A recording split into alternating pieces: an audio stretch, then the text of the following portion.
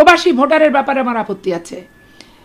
প্রবাসী voter organised হইতে জামাত ইসলাম, দেখেন একটা বিএনপির ভোটার যাবে না, কিন্তু জামাত ইসলামের ভোটার 2 ঘন্টা আগে যে বসে থাকবে এদের একটা হুইসেল দিলে। কারণ যে যেখানে সারা পৃথিবীতে জামাত করে তারা সবাই কিন্তু টাকা দেয়, সবাই কিন্তু চাঁদা দেয়, তাদের চাকরিটাও যেমন জামাতের মাধ্যম দিয়ে পাওয়া, অতএব একটা অংশ জামাতের ফান্ডে তারা দিতে বাধ্য মৃত্যুর আগ পর্যন্ত। সে মরে গেলে তার ছেলে দেবে, তার ছেলে ভুক্তভোগী, স্বাভাবিক কারণে। ওরা তো কর্মী হিসেবে বেতন পায়, সবাই কর্মচারী হিসেবে, কর্মী হিসেবে বেতন পায় না, কর্মচারী হিসেবে বেতন পায়। পার্টির কর্মীদের তো বেতন দিয়ে টাকা দিয়ে মূল্যায়ন করা সম্ভবপর না, এদের প্রত্যেকে কর্মী না, কর্মচারী।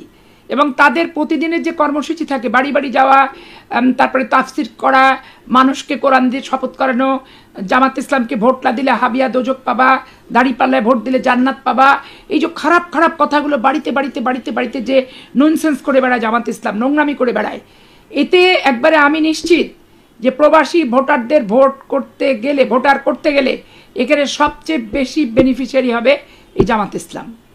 এবং জামাত ইসলামকেই, যার কারণে সরকার ছলে বলে কৌশলে পিআর পদ্ধতি ছাড়া নির্বাচনের পদ্ধতিতে ওদেরকে কোনো প্রকার মানে অর্ধেক তো দূরের কথা, কোয়ার্টার ভোটও বিএনপির সাথে টিকছে না, তখন এই পদ্ধতিগুলো এই সরকার বাতলাচ্ছে।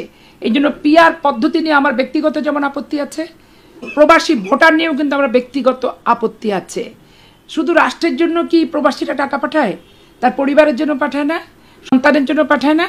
বাবা মায়ের জন্য পাঠায় না?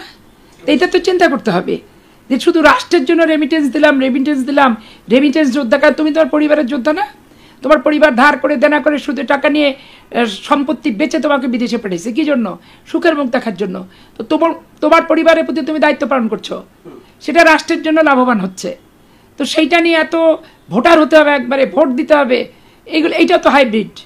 এই যে হাইব্রিডদের অনুপ্রবেশ ভোটার হিসেবে কেন হবে? রাজনীতিতে হাইব্রিডের অনুপ্রবেশ যেমন আমি অপছন্দ করি, ঠিক ভোটারেরা একটা জাতীয় নির্বাচনের হাইব্রিড হয়ে বিদেশে থেকে এখানে অংশগ্রহণ করাটা আমি অপছন্দ করি। তারপরে আপনি আসলেন সংরক্ষিত মহিলা আসন। সংরক্ষিত মহিলা আসনে আমার আপত্তি আছে।